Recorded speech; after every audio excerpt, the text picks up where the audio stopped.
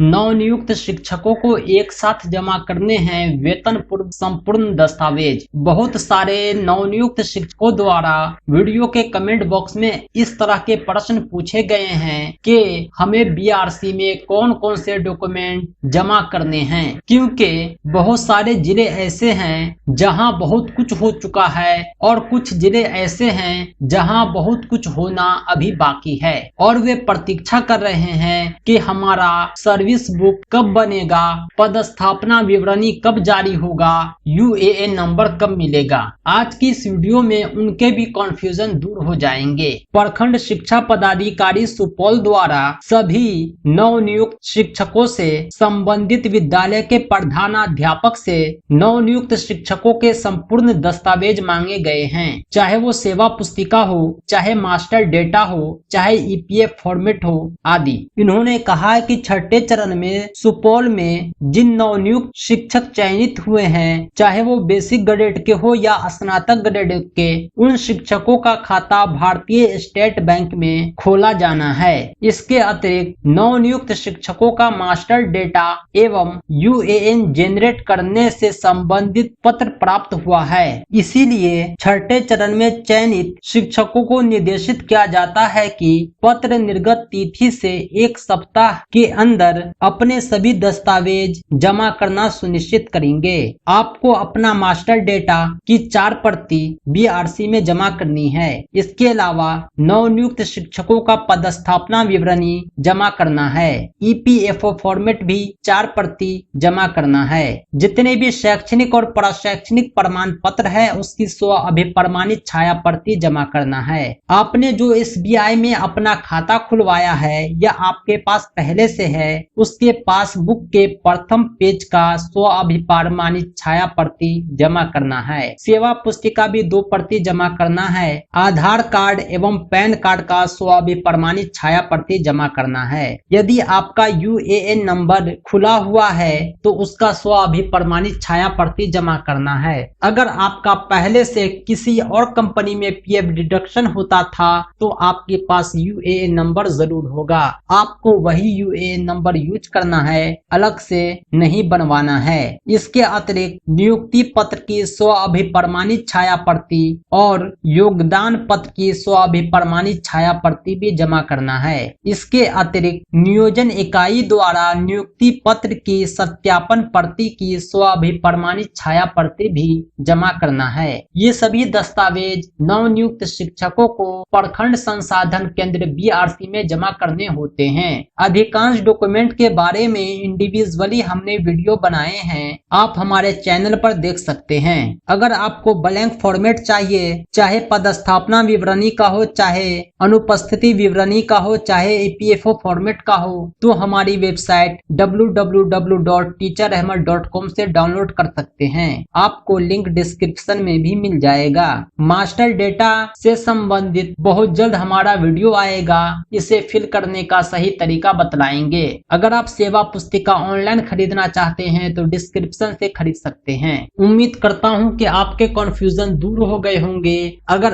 अभी भी आपको कोई शंका है, कोई प्रश्न है तो आप कमेंट बॉक्स में पूछ सकते हैं।